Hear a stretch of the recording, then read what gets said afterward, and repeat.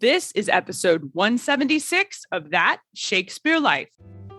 Our show this week is brought to you by our members here at That Shakespeare Life, who not only submit topic suggestions and questions to be asked directly to our guests on the show, but members get exclusive access to our video streaming library and printable Shakespeare resources like worksheets, lesson plans, and more. Explore all the benefits of becoming a member and sign up today at cassidycash.com/member. And stay tuned after the episode for even more details. Hi, I'm Stephen Roysowich, a retired psychiatrist and independent scholar in comparative literature, investigating the impact of the classics on Shakespeare. Another great method for studying the life of William Shakespeare includes listening to this, the podcast that superbly applies Shakespeare's words to the internet. There's magic in the web. It's That Shakespeare Life with my friend, Cassidy Cash.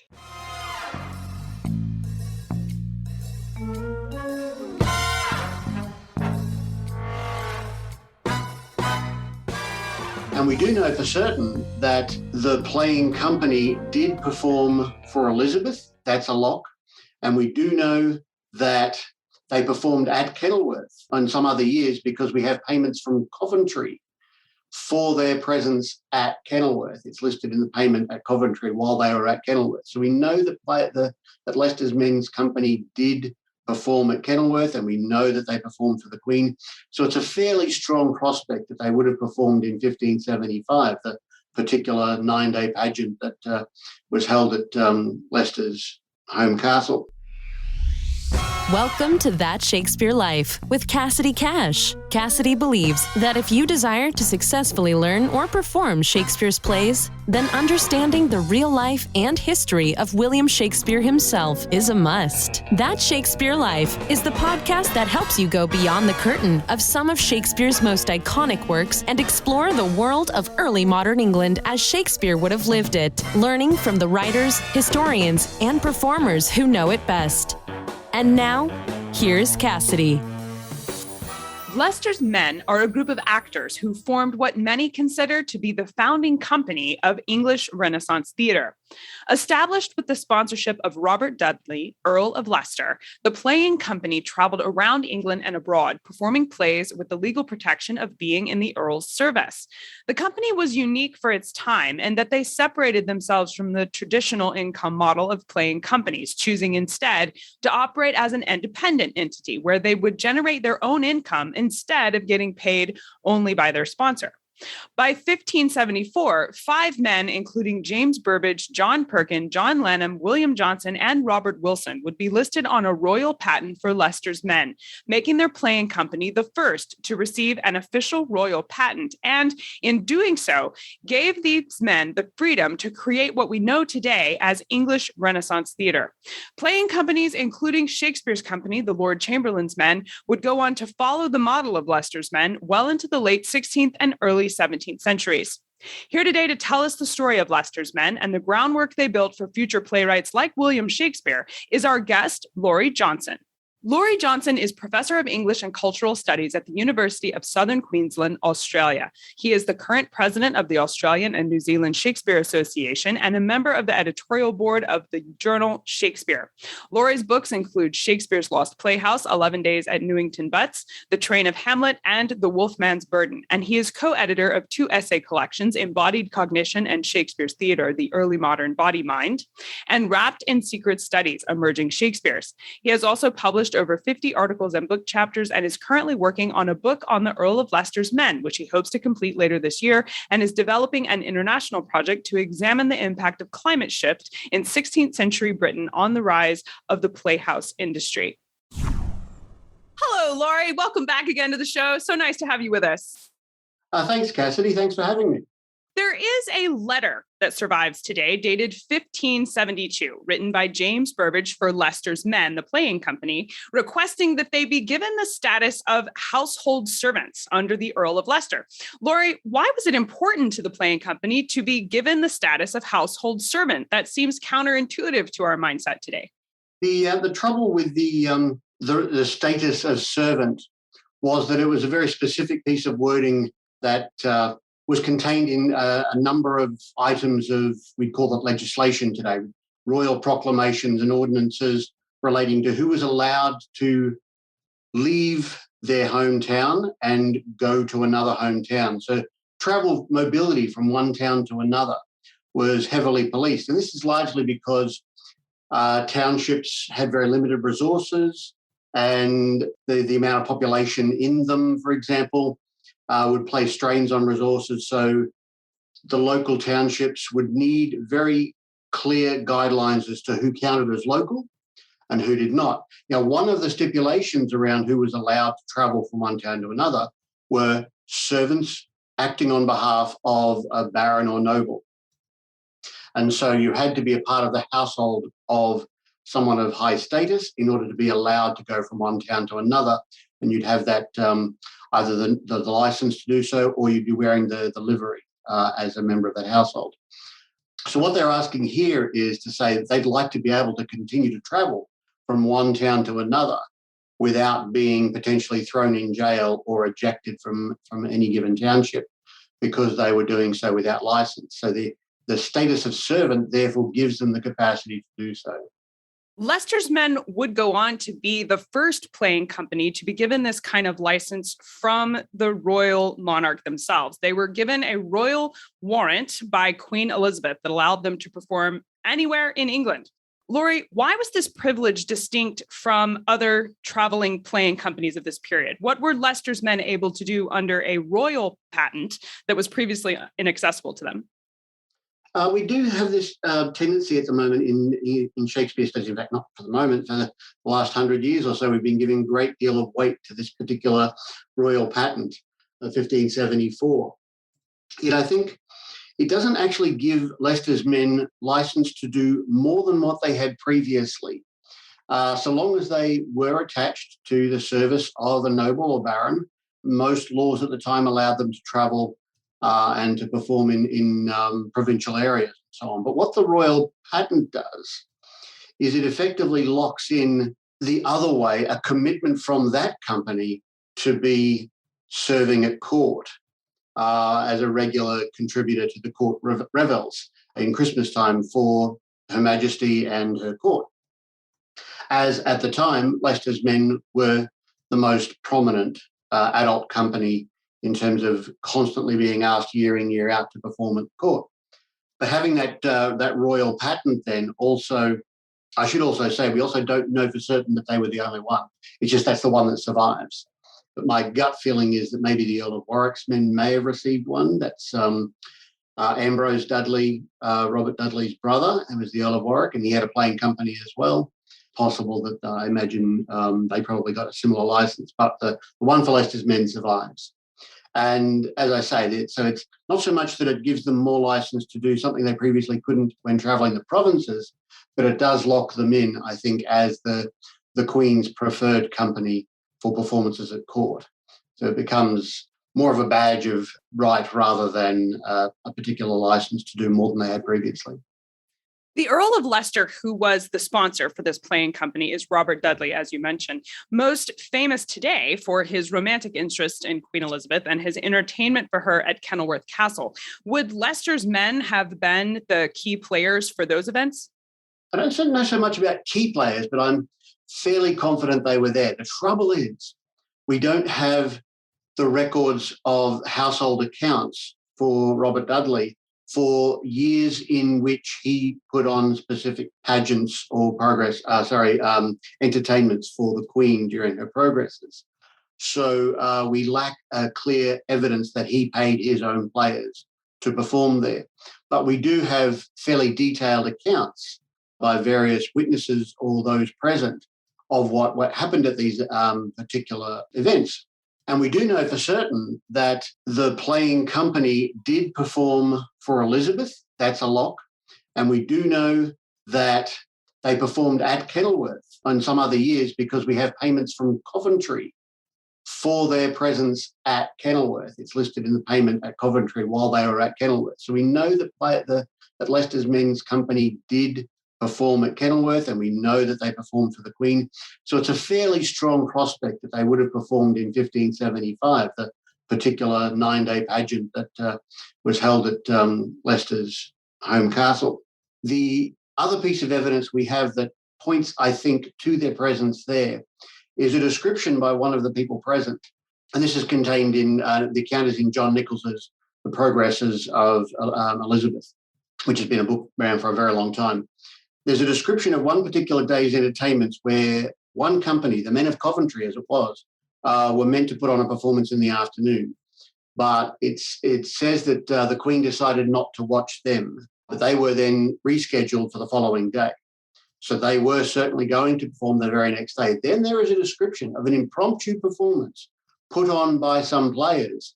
The evidence from the documents suggests that it's not the Men of Coventry. It's a different group of players put on at short notice, impromptu, for 2 hours on that same night after supper, which would suggest a company capable of performing a 2-hour play at short notice that would have been there at the entertainments. And to me, that suggests Leicester's Men. So that's one of the pieces of evidence we have that I think that does put them there. And I think we also would expect his leading players to have played prominent roles in some of the other pageants that he put on for the Queen. Prior to 1576, when James Burbage built the theatre in London, Leicester's Men had been a traveling playing company due actually to the fact that all playing companies were traveling companies at this time. After the theatre was built, did Leicester's Men take up residence at this new playhouse? This is one of the interesting things that it should seem obvious, and yet academics have been arguing about this very question for decades, over 100 years, in fact. In fact, we're coming up to the 200th anniversary of when antiquarians in the early 19th century started the debates when they found out evidence of this place called the theatre having existed, and that references to the theatre in early documents weren't generic all the time. Sometimes they actually referred to this specific building in Shoreditch. Now, as you say, they put it up in 1576, and James Burbage, who we know was a leading member of Leicester's Men, because his name is first on all these other documents we talk about, the letter of 1572 and the patent of 1574. Burbage is there up front and centre, and then his name is all over the legal documents around the building of the theatre, along with the grocer John Brain. Now, Brain, we have no other specific connection to the playing company except through Burbage, and that's through a family connection. But I think the deal is there that the grocer agrees that he will supply the goods, the beer and food, or the ale and food for the gathered throngs, and the leading player will, of course, look after the entertainment side of things, and they do this sort of dual arrangement. Similar arrangement happens at the Rose, by the way, with Philip Henslow and a fellow named John Cholmley, who was a grocer. Their names are all over the original documentation for the Rose in a kind of partnership arrangement. And I would suggest there's a possibility of a similar one at Newington Butts that we talked about last time I was on the show. The man who owned the land was himself a grocer, even though we don't have clear sense that they were working together. It's another of those odd coincidences that he just happened to be a grocer, the guy who owned the land on which this playhouse was built. But to go back to the question about the playing company, there is a gap in the records of their provincial travel habits right on 1576 that I don't think can be attributed to any other significant event of the time. I am looking for events that could cause hiccups to a playing company's habits, like plague, for example, or significant major disasters or weather events, for example. And nothing seems to throw up any other reason for the players not touring in 1576, except for the fact that their leading member, at the very least, was certainly involved in the development of this building called a theatre. So all of that together, to me, suggests that certainly 1576 is the year that Leicester's Men decided they would stop touring for a while and try this performing in London gig. Now, I just want to say one more thing, though, about that. I've got a lot of evidence from my research into Leicester's Men that I'm currently writing up, which places most of the early members of the company in the same parish in London. And I believe that same parish in London can also be shown to be the centre of activity of playing in the livery company halls, the records of playing prior to 1559. which have been beautifully cobbled together by Anne Lancashire in a large 3-volume set for the Records of Early English Drama called Civic London to 1558. I didn't put that in the resources for this episode, by the way, but I'll certainly make sure I mention it now to give Anne a shout out, because it's a phenomenal piece of work, this one.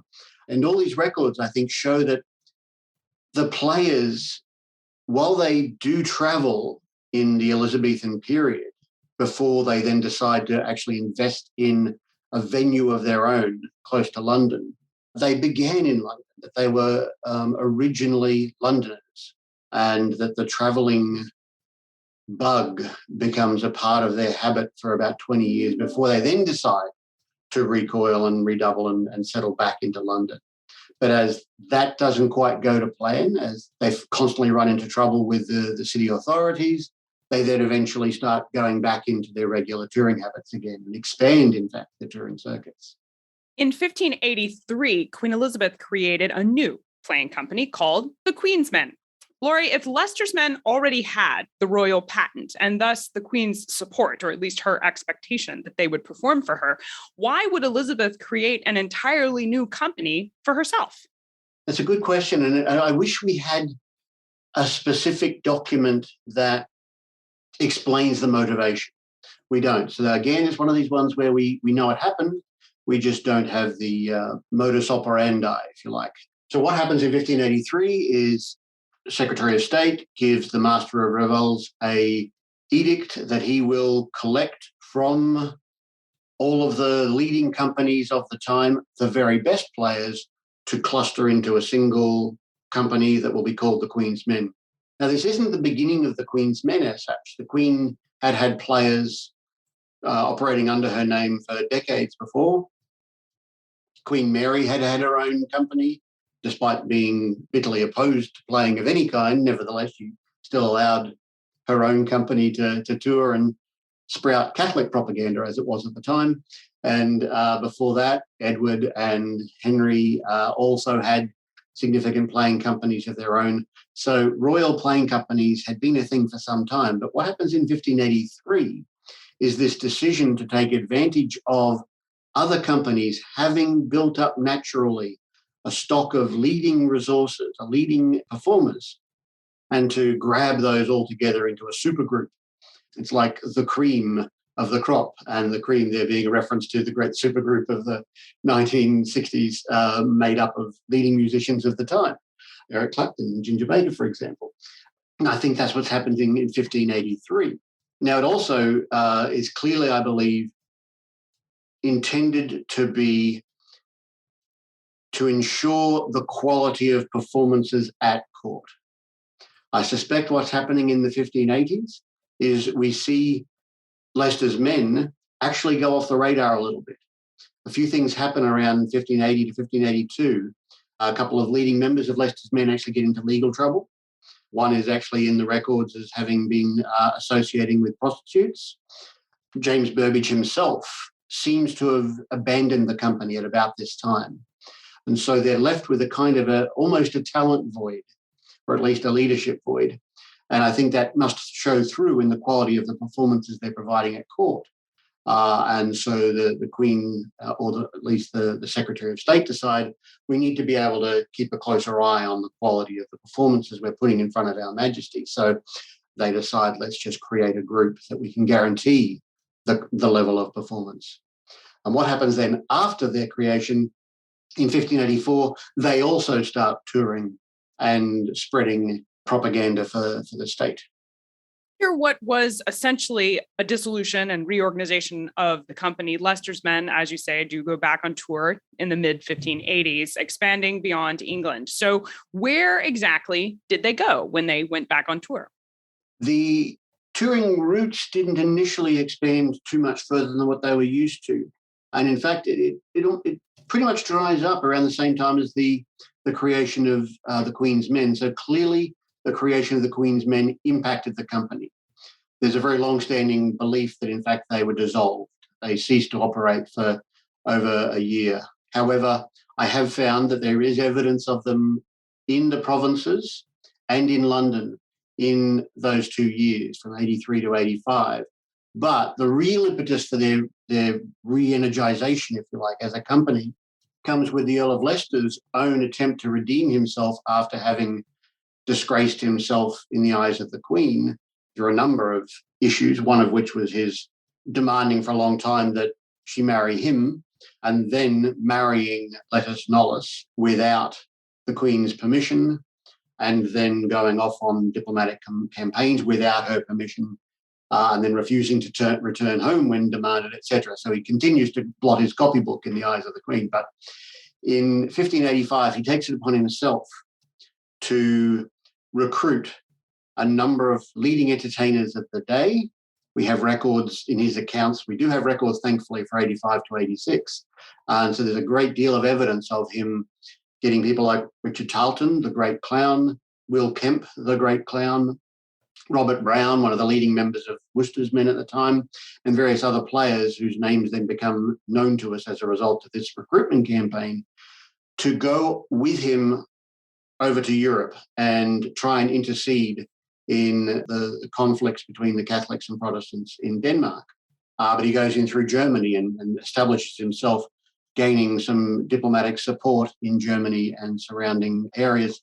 Germany at the time wasn't a single country. There was lots of provinces and duchies and so on. So he's got to go through lots of areas to get lots of people to support his eventual move into Denmark. And from that, then we have this strong evidence of the playing company as such being in Europe and touring there, and several of them stay on. 5 members of the main company are sent to Denmark to work for King Frederick of Denmark. But he grows tired of their presence after a very short period of time, probably not so much for lack of interest in their performances, but lack of desire to want to pay for them. They were going to be quite expensive on the royal coffers. So he decides to gift them, re-gift them, in fact, they were re-gifted to Christian the Elector of Saxony, one of the German provinces. And so off they go from Denmark back down into Germany, and there they stay for quite a few months, well into 1587, in fact. Somewhere around the mid-1587, we finally get them released from service and they go back into England. And the members of that particular group included George Bryan and Thomas Pope, who and Will Kemp, by the way, who we will remember, those of us Shakespeareans, as members of Shakespeare's own Lord Chamberlain's men much later. So it's through those people, I think, that we get that direct connection to the Shakespearean inheritance that comes out of Leicester's Men. And of course, they were there in Denmark, Germany, and performing for royalty in other parts of the world as well. That's what was happening for Leicester's Men in the mid-1580s. And then they return in 1587 and 1588 to a very rigorous touring schedule. The richest body of evidence we have for extensive tours around England. So any company, apart from a couple of years in which the Queen's Men were most active, are for 87 and 88, and Leicester's Men, where there are more than 40, in fact, upwards of 50 references to them appearing in various provincial locations. I do just want to mention quickly as well that during that time in 1585 and 86, while Leicester was recruiting, we also then get appearances from a company calling themselves Leicester's Men in provincial England at the same time as members were in Europe. So there's been this debate about whether they fractured at that time.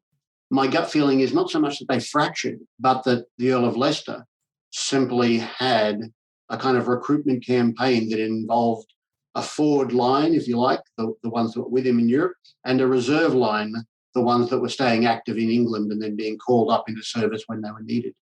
It's worth pointing out that if you're wondering why Shakespeare is not mentioned in any of these records, this is one of those times in Shakespeare's life we don't know precisely where he was at or what he was doing, beyond knowing that he was getting married and having children during these times, but we don't have him placed as a playwright quite yet.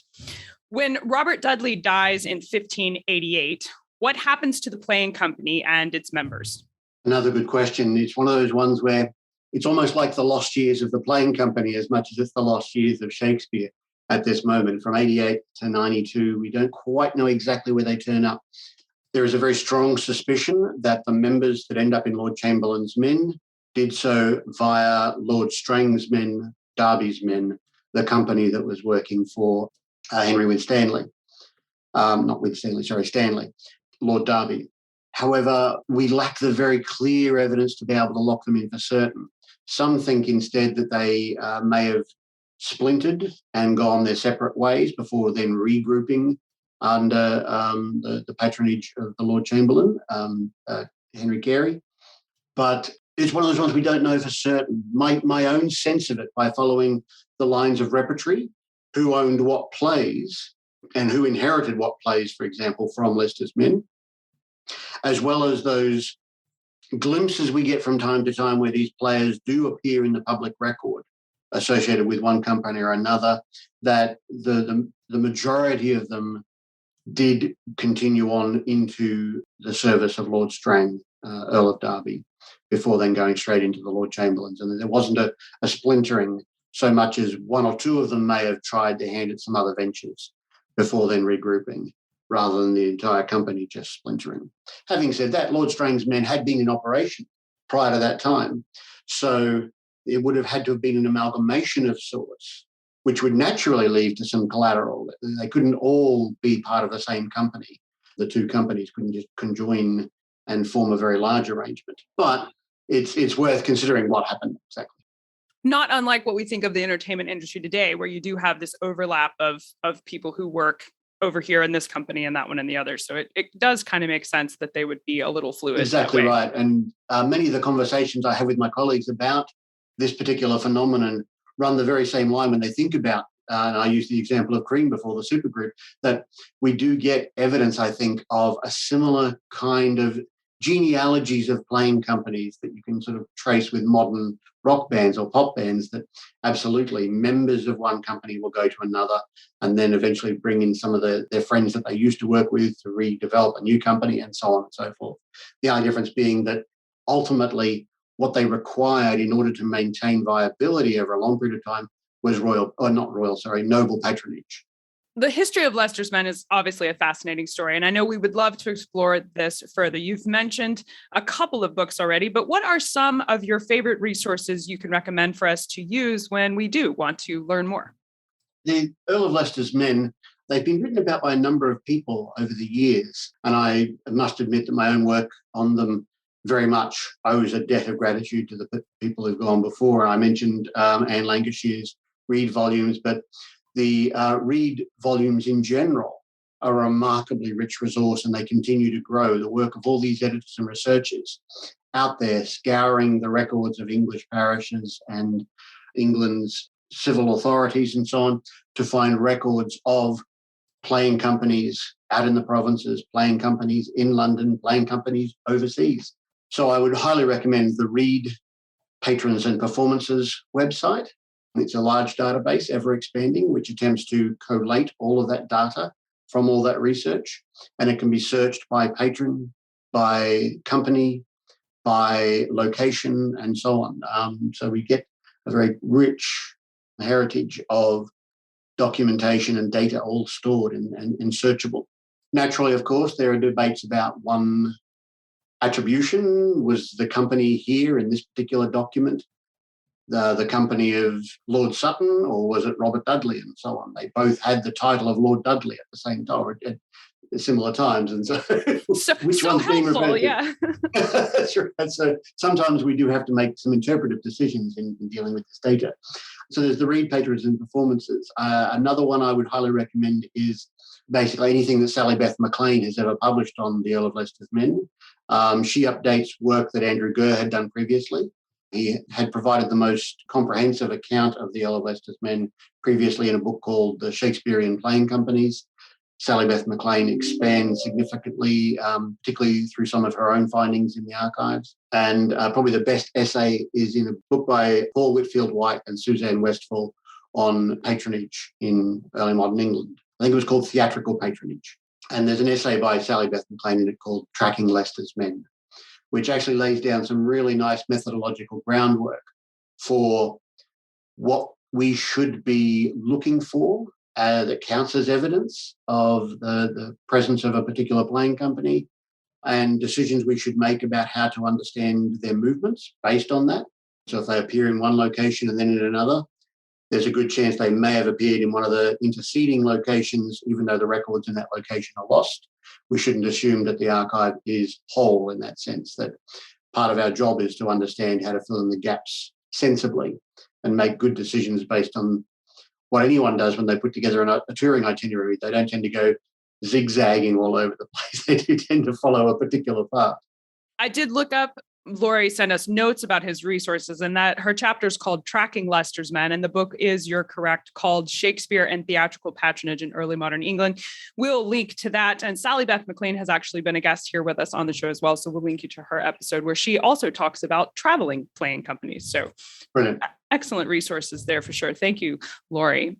We ask everyone this next question here at That Shakespeare Life, and that's, what's the one book you would take with you on a deserted island? My friends in England tell me I'm supposed to allow you the complete works of Shakespeare and a copy of the Bible. So this choice would be in addition to those. And since you've been a repeat guest with us here, you can decide whether you want to keep your old desert island book or select a new one.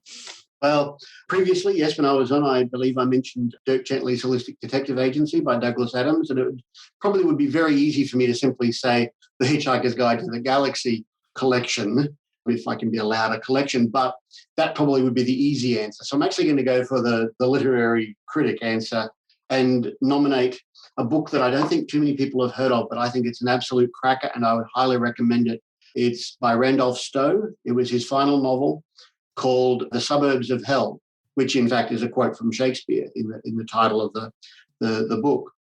And it's a fantastic murder mystery set in a remote fishing village, which is kind of loosely based on his own experience living in fishing village in Western Australia, but it's set up more as a kind of southern shores of Britain fishing village. And I won't in any way reveal the twist, but it has one of the most amazing twists in the history of literature. Fantastic. Well, we will link to these resources and your selection of your Desert Island book in the show notes for today's episode. So make sure you go to the show notes to see those. So what's next for you, Laurie? What are you working on now that you're excited about? Well, apart from cracking out this book on Leicester's Men, which I hope to have finished sometime later this year, so hopefully it'll appear no later than next year. The next thing then is this project around climate and Shakespeare, which actually became the impetus for the Leicester's Men book. So it's going to be sitting in the background for several years now. I've got a research team working with me, Elizabeth Tavares, Heather Knight, and Matt Stegel, and we're looking at evidence for the impact of what was happening in 16th century climate in Britain on the rise of the playhouses and playhouse culture, that it wasn't all just economic. Even those economic factors were probably influenced, if not entirely shaped by, some evident changes in the climate of Britain at the time. So there was a bit of climate shift happening, and this is fully documented and scientifically proven. We don't have to do the science on that. We've got that science. Sure, that part's, yeah. Although sifting through it, I'm sure, is great fun to have all the great thing about climate work, particularly for pre-18th century, is that you have to do a lot of proxy work. You've got to go into the historical records to find people talking about what the weather was doing, because there wasn't a central authority monitoring temperatures and so on and all this. So it's very much historical work as much as it is scientific. Fascinating stuff. Well, Laurie, thank you so much again for being here and walking us through the history of Leicester's Men. We look forward to what's new and your work in the future. And thank you so much for spending some time with us today. This has been fun. Thanks, Cassidy. To find resources for today's episode, including links to the books and recommendations from Laurie, along with pictures, images, and bonus history about our topic today, be sure to stop by the show notes. You can leave a comment and let us know what you think about today's episode, as well as ask questions to learn more about today's topic. Find all of these things at CassidyCash.com/episode 176. That's CassidyCash.com/EP176. If you like the history you're learning about here on the show and you want to go even further into the life of William Shakespeare with documentaries, animated plays, and bonus history episodes straight from the life of William Shakespeare, then consider becoming a member here at That Shakespeare Life. Members get unlimited access to our entire video streaming library full of video versions of our podcast, documentaries, award-winning animated plays, and so much more, all of which you can stream on your desktop, tablet, or phone, and there are no commercials. Explore all all the benefits of being a member and sign up today at CassidyCash.com/member. That's CassidyCash.com/member.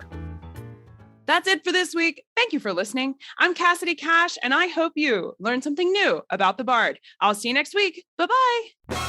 Thank you for listening to That Shakespeare Life. As always, the best conversations happen after the episode over at CassidyCash.com. Become a part of a vibrant Shakespeare conversation by adding your voice over at the website. Until next time, remember, when you want to know William Shakespeare, you have to go behind the curtain and into That Shakespeare Life.